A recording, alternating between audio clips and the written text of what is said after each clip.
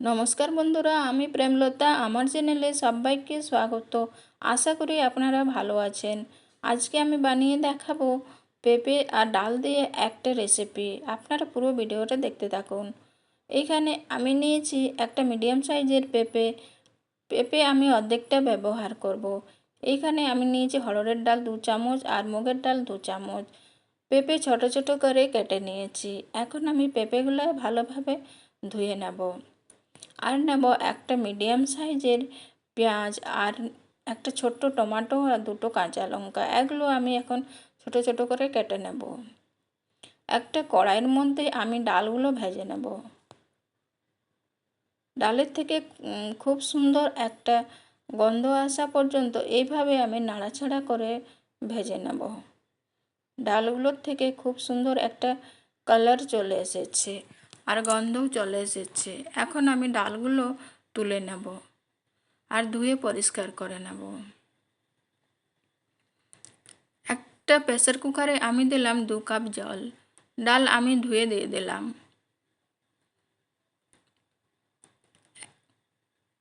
দিলাম আমি হাফ চামচ হলুদ আর হাফ চামচ নুন।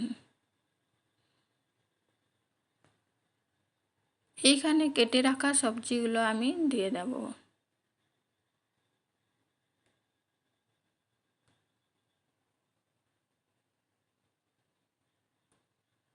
একটু ভালোভাবে আমি নাড়াচাড়া করে নেব। ডাল ফুটতে যখন শুরু হবে তখন আমি ঢাকনা বন্ধ করে দেব।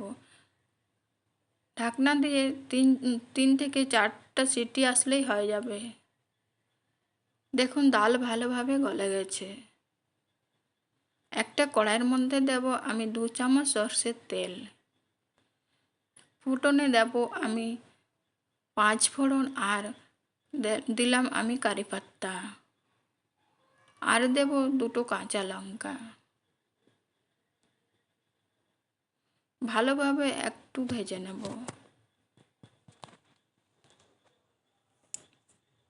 এভাবে নাড়াচাড়া করে আমি ভেজে নিয়েছি। এখন ডালটা দিয়ে দেব।